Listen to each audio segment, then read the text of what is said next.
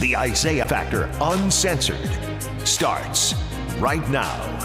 And welcome to The Factor Uncensored. On this Friday night, we start with an unbelievable case out of Florida, where one police department is under investigation after a baby was said to have been seriously hurt while in their custody, in their care. Take a look. This is what the baby's family says happened to their 1-year-old while sitting in the back of a police car with police officers. News outlets there report the baby and his 3-year-old brother were in the car, while the SWAT team was dealing with his father, who was not the target of the initial investigation and no criminal record or history. Tonight, the family joins The Factor to tell us what happened from Pensacola, Florida.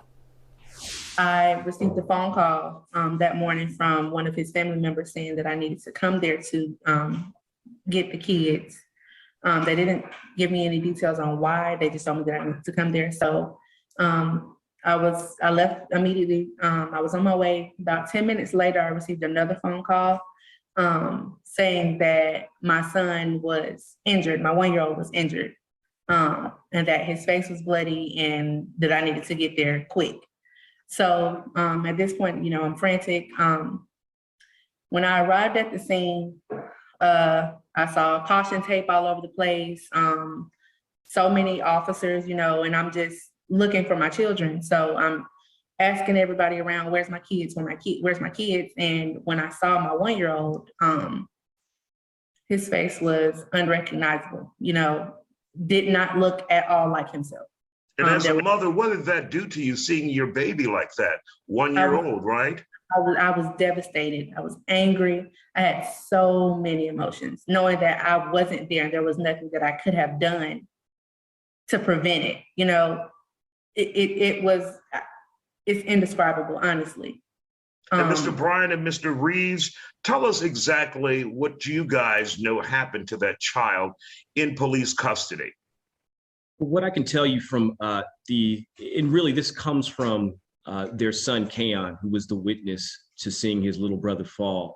Essentially, Kayon said he was sitting in the backseat of the police vehicle with an officer and his little brother.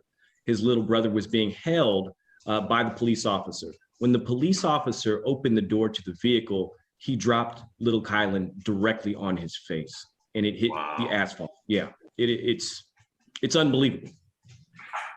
And Mr. Reeves, take us back to the beginning really quick. Why were police there at the house anyway? From our understanding, they were at the house to execute a search warrant looking for digital evidence and maybe clothing. But there was nothing related to our client, Mr. Corey Marino. He was not a part of the investigation at all at that point. And so they came into the house, I think, at 5 a.m. We're talking about SWAT, right? Yes, SWAT team. My client describes 20, 25 officers to execute a search warrant around 4:30 a.m. And really, there was no opportunity for him to know that the police was outside his door in the middle of the night.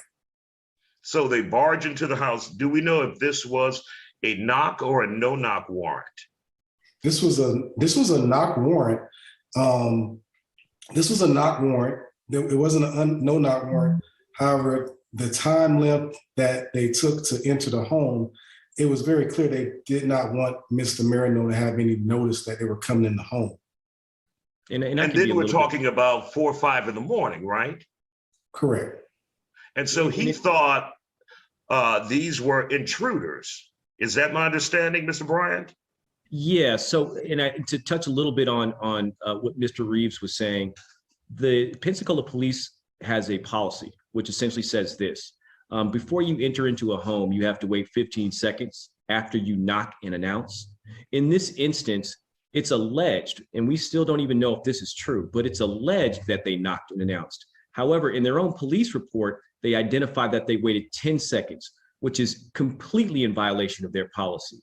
So at that moment in time, at 4:30 in the morning, 4:45 in the morning, Mr. Marino, who is with his 1-year-old and his 3-year-old baby, he hears a boom at his door. He again thinks it's an intruder, and he did what every single American who is a registered firearm owner would have done with their babies in the home at 4:30. He fired a shot when that door busted open, and that was absolutely legal. It is within the castle doctrine in the state of Florida, and he had a right to defend his family. Now, they have not, as of yet, filed charges against Mr. Marino, right? And anyone can chime in and answer. As of right now, there's no charges that have been filed. When I last was in touch with the prosecutor, they told me it'll be about a 2-week decision and we'll have an answer, but we're trying to apply pressure as much as we can to make sure that they know any charges would be unjust in this situation. Now, is there an internal investigation underway at the Pensacola Police Department? There is an internal investigation as it relates to the injuries to Kylan. They are trying to figure out what happened. Part of the reason why they investigated this matter is because the emergency services who had come to actually treat Kylan eventually had a report that said that he only had a few bumps and bruises, and that the Pensacola Police Department had canceled them from taking him to the emergency room. But when Ms. Dixon actually arrived at the scene and she saw her son, as she described before, he was unrecognizable. He had serious head injuries. I mean, this is a child that was dropped probably at least 1 or 2 feet off the ground and landing onto concrete. On his face. On his face. As you could see the pictures, he had a busted nose, busted mouth, severe bruising all over his forehead. And this was after he was cleaned up. When Ms. Dixon got him, even though EMS had arrived, little Kylan's face was absolutely completely covered in blood. And they tried to dissuade her from bringing him to the emergency room when she said, "I need to take my child right away." And so therefore, I think Pensacola Police Department opened up an investigation to determine how on earth this could have happened, and what did they do after the baby was injured in order to provide adequate medical care, which we claim they did not do. And Ms. Dixon, if you're able to say, what did they tell you when they tried to dissuade you from taking your child to the hospital? I was told by 3 different officers at once that he leaned on the door, and when he leaned on the door, he opened it and fell out. But I mean, what did they say to you to try to convince you not to take your child to the hospital? When I said, but before I even had a chance to say, I'm going to take him, they said, he leaned on the door, fell out, but no, he's okay. We had someone come and check him out. He's okay. Don't take him to the hospital. Make sure you don't take him, because someone already looked at him and he's fine. So, Reverend LaTimothy May, why did you think it was important to get as much attention to this story as possible? Well, you know, we see these things happening all the time, especially in communities of color, where there's no knock, or these incidents with police officers that go in, renegade, and do whatever they want to our community, our children, our young men and young ladies, and it goes unnoticed. And I just, you know, these things have to be announced. They have to be vocalized. They have to be articulated. They have to be voiced, so that not just Moya and Corey, but other young people of color across the country can know that this is not acceptable, and we will stand against it, these injustices. And it's very important that whether it's in Chicago, New York, but here in Pensacola, that we vocalize that these are not circumstances that are okay, and we will not go away silently while you mistreat our young people at the hands of bad policing. Now, has there been or any thought of civil action in this case? Yes, absolutely. As it first relates to the children, and that's what we're really focusing on, the civil action for the children at this point. We're going to be filing both state and federal claims. The state claims are going to be related to the injuries that both the boys suffered, the physical and emotional injuries suffered by Kylan, and the emotional injuries suffered by Kayon, who saw his brother injured.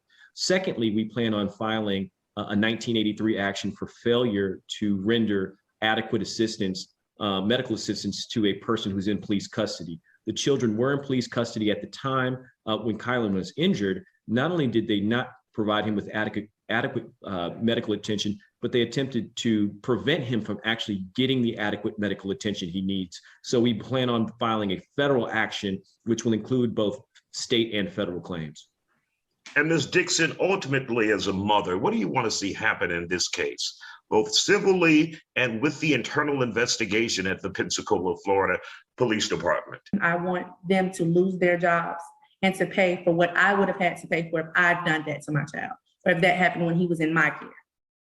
Only reasonable from a mother. We thank you, and we thank you all for joining us here on The Factor Uncensored, and we'll continue to follow this story in Florida. Thank you all. And of course, as I just said, there is an internal investigation underway at the Pensacola Police Department surrounding this case. And a reminder, the father has not been charged with a crime as of yet, and all of this occurred 2 weeks ago. So that tells you something.